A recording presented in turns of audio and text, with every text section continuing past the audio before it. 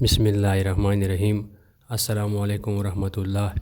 آگاہ اپنی موت سے کوئی بشر نہیں، سامان 100 برس کا پل کی خبر نہیں۔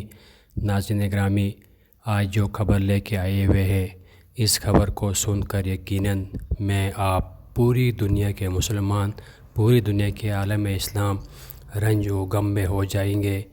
ناظرین گرامی، دین اسلام کا روشن چراغ، مناظر اسلام رکن دیوبند حضرت مولانا علیم فاروقی صاحب قلیل علالت کے بعد اس دارالفانی سے دارالبقا کی طرف کوچ کر کے گئے ہیں۔ ان للہ و انا الیہ راجعون۔ ناظرین گرامی، یہ علماء دین تمام مسلمانوں کی بقا کی ضمانت ہے۔ انہی علماء دین کی وجہ سے اللہ رب العزت کا دین اس دنیا میں قائم اور دائم ہے، اور رہتی دنیا تک جب تک یہ علماء دین خدمت کرتے رہیں گے، اللہ رب العزت کا دین پھولے گا، پھلے گا اور پوری دنیا میں پھیلتا رہے گا۔